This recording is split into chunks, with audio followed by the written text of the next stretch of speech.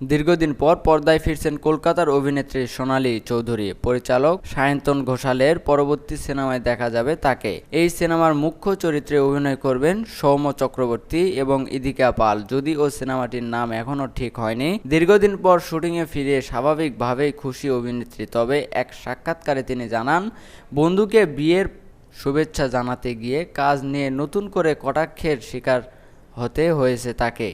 কদিন আগে সাত পাকে বাধা পড়েছেন সুরকার অনুপম রায় ও প্রস্মিতা পাল।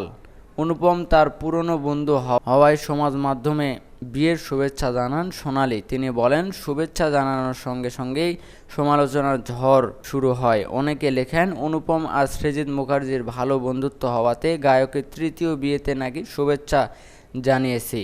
অভিনেত্রী নাকি এই সুরকারকে সিঁড়ি হিসেবে ব্যবহার করতে চেয়েছেন। এই পোস্ট পরিচালকের নজরে পড়লে তার ছবিতে অভিনেত্রীকে সুযোগ দিতে পারেন, এমন মন্তব্যের উদ্রেক হয়েছে পোস্ট ঘিরে।